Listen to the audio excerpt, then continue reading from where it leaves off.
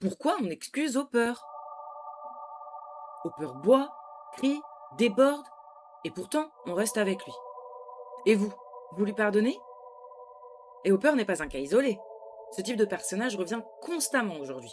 Un homme brisé, souvent dépressif, souvent solitaire, et presque toujours sauvé par le lien avec un enfant. Dans Stranger Things, Hopper correspond parfaitement à deux figures masculines que le cinéma et les séries n'arrêtent plus d'utiliser. La première, c'est l'homme d'autorité brisé. La seconde, c'est l'homme détruit qui se reconstruit par la rencontre avec un enfant. Ces deux figures racontent souvent la même crise de la masculinité. La première figure est très marquée par les années 70-80. C'est un policier, un shérif, un enquêteur, bref, un homme censé représenter l'ordre, mais qui intérieurement est brisé. On le voit très clairement chez Rust, dans True Detective. Rust est nihiliste, dépressif. Ce qui le maintient debout, ce n'est pas l'amour, c'est l'obsession. L'enquête devient sa seule manière de ne pas disparaître. On retrouve d'ailleurs la même logique avec le héros de Blade Runner. Là aussi, on y retrouve un flic désabusé, dans un monde déshumanisé, qui retrouve une forme d'humanité à travers sa mission. Dans cet archétype, la blessure ne soigne pas, elle se canalise. La deuxième figure est plus contemporaine, plus émotionnelle, et fortement inspirée de l'archétype précédent.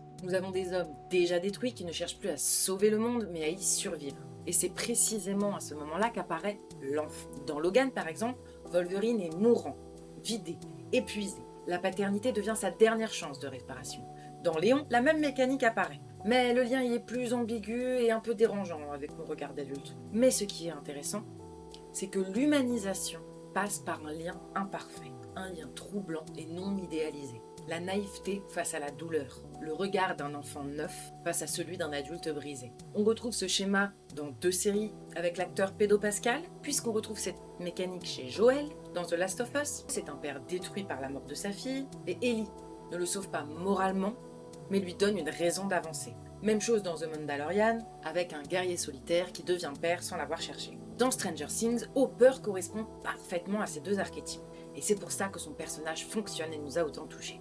Il hérite de l'archétype des années 80 et bascule vers un archétype plus moderne, celle du père réparateur. Et si cet archétype revient aujourd'hui, ce n'est pas un hasard. Nous sommes dans un moment charnière de l'humanité et la masculinité est en pleine redéfinition. Le modèle du père distant, autoritaire, absent ne fonctionne plus. Dans une société où grandissent encore des enfants sans figure paternelle stable, la fiction tente de réparer symboliquement ce que le réel n'a pas su garantir. Ces personnages ne sont pas des modèles, ce sont des tentatives, des hommes imparfaits, qui trouvent souvent du sens, non pas en dominant, mais en protégeant. Et si cet archétype nous touche autant, c'est peut-être parce qu'il raconte une blessure collective et un problème sociétal. Et vous, c'est lequel qui vous a plus marqué ?